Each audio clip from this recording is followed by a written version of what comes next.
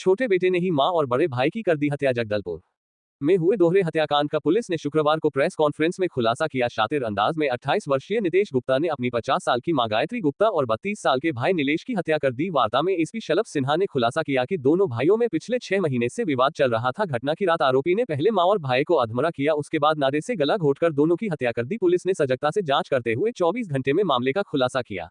Cigarette पीकर वापस आया तो भाई से इसकी थोड़ी बहस हो गई।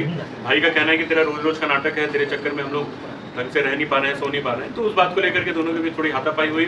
बड़े भाई ने जब इसके ऊपर हमला करना चाहा तो वो मतलब इसने उसको नीचे गिरा दिया और उसके बाद आवेश में आकर के वहाँ बर्तन रखे हुए थे पास में, उसमें से एक बर्तन उठाकर इसने सर पे वार कर दिया उसके। इतना ये सब जब हो रहा था तो माँ की भी नींद खुली, वो भी आई और वो भी फिर इसके ऊपर थोड़ा नाराज होने लगी। उसको जैसा इसने बताया कि इसके ऊपर हाथ उठाने लगी और इसने आवेश में आकर के फिर उसी बर्तन से माँ के ऊपर भी हमला कर दिया और माँ के भी सर पे चोट लगी है, भाई के सर पे भी चोट लगी थी।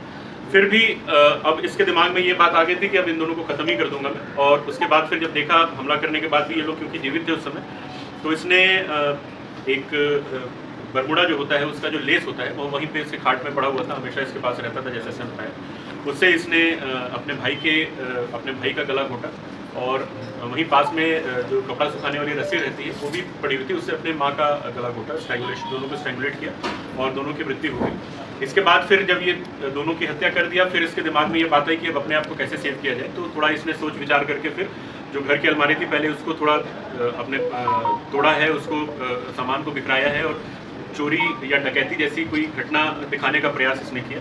उसके बाद फिर बगल वाले कमरे में बड़ी सी एक रस्सी जो इनके दुकान वगैरह में काम आती है वो रखी रहती है, तो उसको लेकर के फिर ये बाथरूम में गया। इसने अपने आप को ही पैर को बांधा और उसी रस्सी के अगले सिरे से हाथ को बांध करके ये वहीं पर चुपचाप से लेट गया। लगभग 2 घंटे लेटा रहा। उसके बाद फिर जब सुबह पड़ोसियों ने आवाज़ दी और जब उन्होंने झाँक करके देखा तो फिर जो पुलिस को खबर किया और फिर जब सब पहुंचे तो फिर ये वहाँ फिर बेहोशी का नाटक करने लगा और अपने आप को बचाने के लिए इस तरीके की इसने कहानी अपने मन में बना दी थी।